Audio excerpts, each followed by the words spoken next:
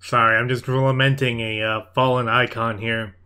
So, if you haven't seen this news, Dead or Alive 6 will not feature the same sort of ridiculous sexploitation that the Dead or Alive series is known for.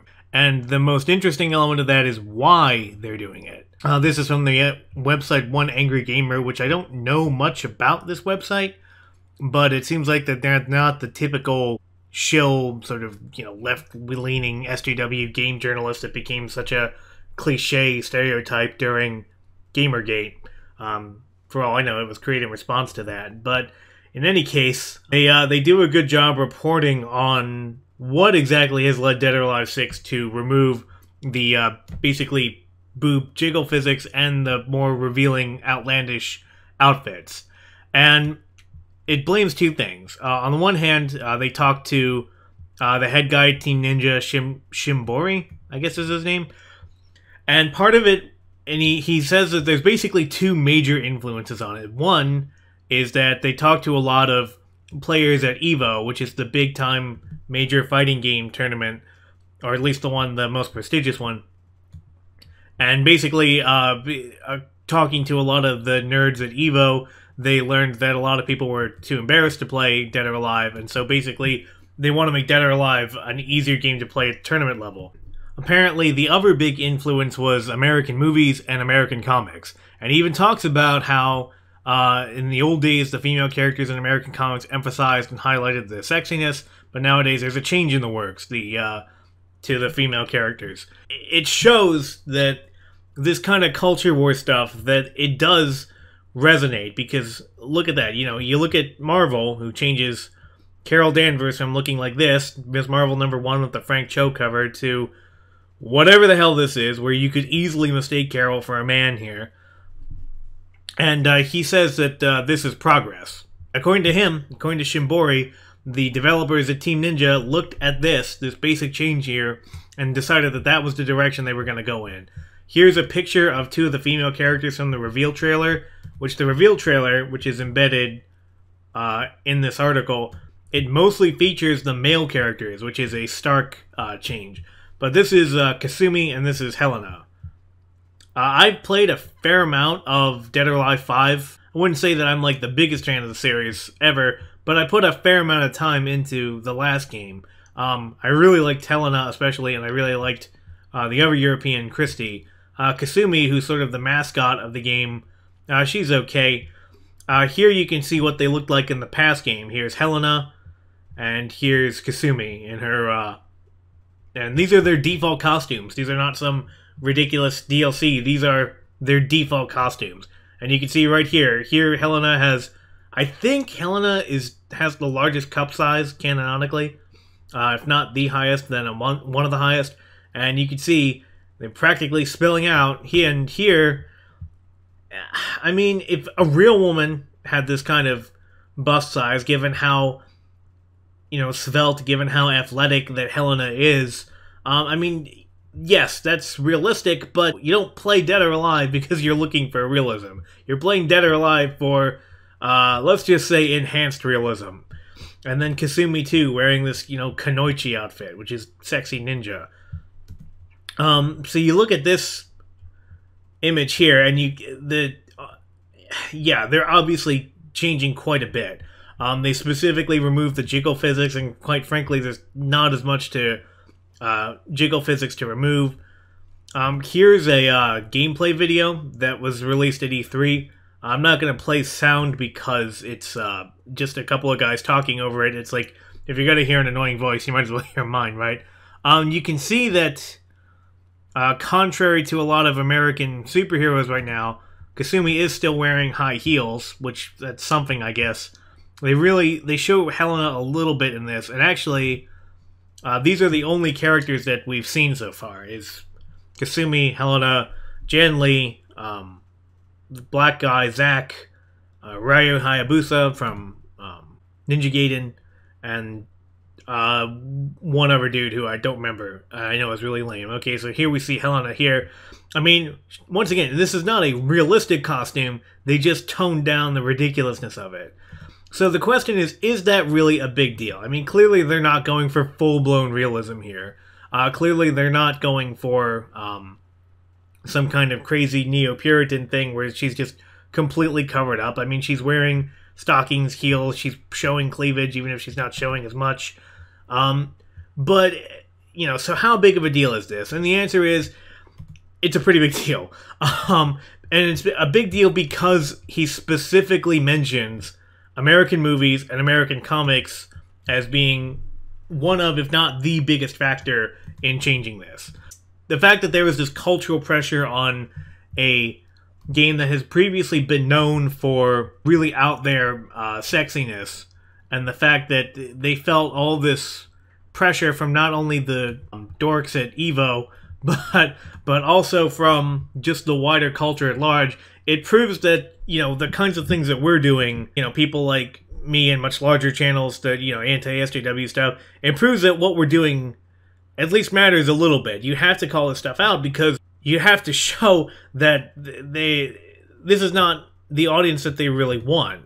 I mean, EVO, professional fighting game players make up, if they make up 1% of the player base, I'd be surprised, right? I mean, Dead or Alive, they have their core audience, and they like stuff like this. I mean, you could do worse than this image right here, but that's not why the average person who plays Dead or Alive plays it. So here we have another example of them trading in their core fan base for this sort of phantom audience. It's like the players at EVO, there's other you know, serious quote unquote fighting games out there that they're going to be playing.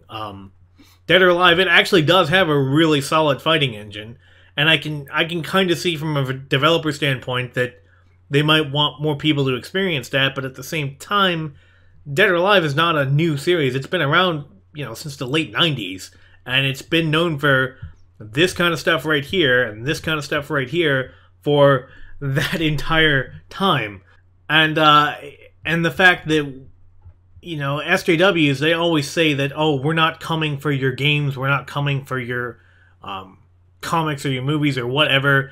They always say that until they actually have it, like we see with SJW Marvel. With SJW Marvel, the foxes are already in the hen house, and they are not leaving. And you can see the arrogance of that, and you can see the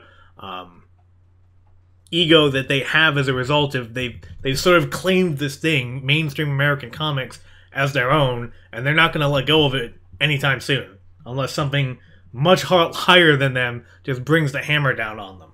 And we can see that influence spreading. If Dead or Alive 6 is going to basically censor itself because of American comics and American films and things like that, that's the kind of thing you have to watch out for. I think it is different from some other past changes to this. So, for example, here's Katana from Mortal Kombat 2011. You can see here, you know, really thin waist, really large breasts, really wide hips, at least compared to her waist. Really pretty, really tall, really long legs, really well-defined abs. You can see this is concept art. It's not a render, but it's still there. And then we look at the concept art from Mortal Kombat X from a few years ago, and this is what it looks like. This is what it actually looks like in game, but that's not a great picture. But this is what it looks like.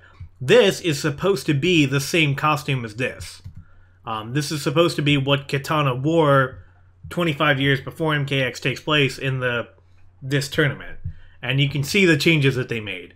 Her waist is a lot thicker. Her hips are not nearly as wide compared to her waist. Breasts are a lot smaller. Her legs aren't as long. It's like they really toned down the sexiness overall. However, the thing about Mortal Kombat, it's never really been known for that. Like, this was kind of a departure for the series. The MK 2011 version, that was kind of unusual for them. This is Katana, the same exact character, her original appearance in Mortal Kombat 2, and this is the same exact costume in MKX. And you can see they actually did a really good job of capturing it, and she actually looks better here, a lot better here, than she does in this picture. Sorry for any, like, nostalgic purists out there, but yeah. So, yeah, when you take, like, when I first saw this, when I first saw that they were going from this to this in MKX, I was really bummed about it, but it's like, that's not really what Mortal Kombat is known for. But when something like Dead or Alive goes from this to this, that's worth noting. That's a big deal. And it may seem like a small deal. It may just seem like, well, they just went from really super ridiculous to not quite as ridiculous. But it does kind of matter.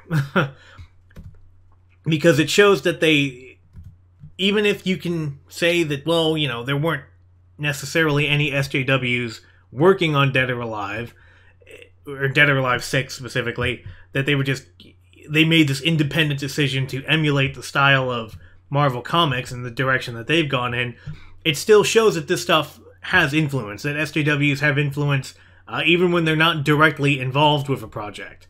I mean, Japan is sort of famous for its rejection of Western far-left Puritanism, and yet this is what one of the premier games in that kind of genre does to itself. So yeah, this really is something to take note of. It's really kind of sad.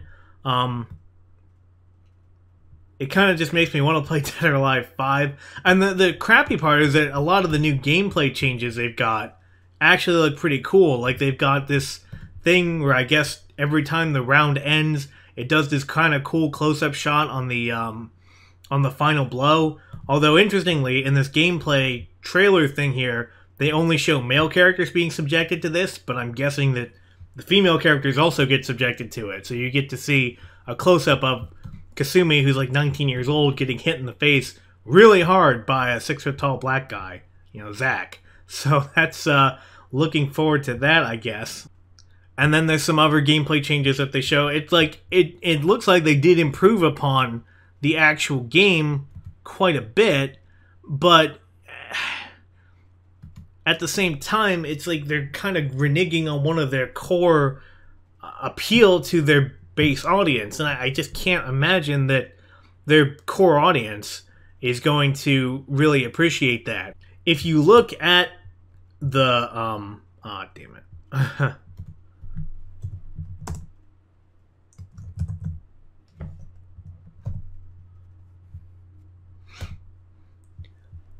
But if you look at the DLC for Dead or Alive 5, there is a ridiculous amount of DLC. Like, you could spend hundreds, maybe thousands of dollars on DLC just buying even ever more ridiculous costumes. And that's, I'm guessing they made an awful lot of money doing that.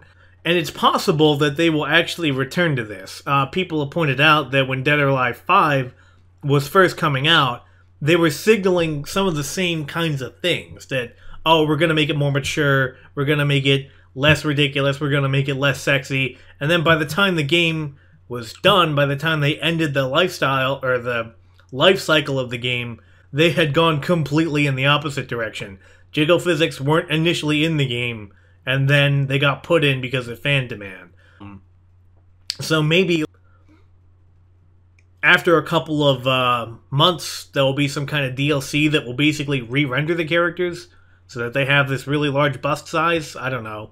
That would be kind of difficult, I guess. You'd need a whole other physics engine, but it's, you know, maybe something like that will happen. Maybe they'll have even more DLC like this. So I'm not giving up hope on Dead or Alive 6, but the fact that they're signaling that they're basically giving into this SJW neo-Puritan ideology, even if they're only going halfway on it, I can't just ignore that. And the fact that you have a game like Soul Calibur 6 coming out, which I remember reading that part of the reason that Soul Calibur 6 took a while to come out was because Namco was having a internal debate about how to treat female characters. Like, do they treat them the way that Western liberals want them to, or do they treat them the way that they've been treated in previous games? And as you can see from this image here, I did a whole video about this when the first couple of trailers came out, but they clearly decided to go for the more traditional route. If anything, Ivy and Sophidia and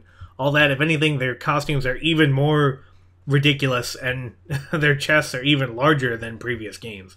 So clearly, it's not that Japan itself is becoming SJW. It's just that Team Ninja, the team behind Dead or Alive 6, is. Like, even if I think this game looks cool, I don't know how I can, like, at least some elements of it. It would look cool if it was a completely different fighting game, but because it's supposed to be Dead or Alive, and because they've changed this much, seemingly in a response to the same kinds of stuff that Marvel has been doing, I don't really see how I could support something like that.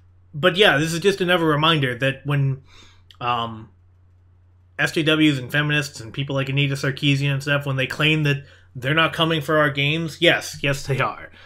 They are coming for our games. They're coming for our comics. They're coming for our movies, and they're not going to feel bad about it when these things, when Dead or Alive 6 tanks because the core fan base feels betrayed. Because as ridiculous as this stuff like this is on the screen right here, this is the kind of stuff that the core players of it came to expect, and to seemingly turn their back on that, it's gonna cost them.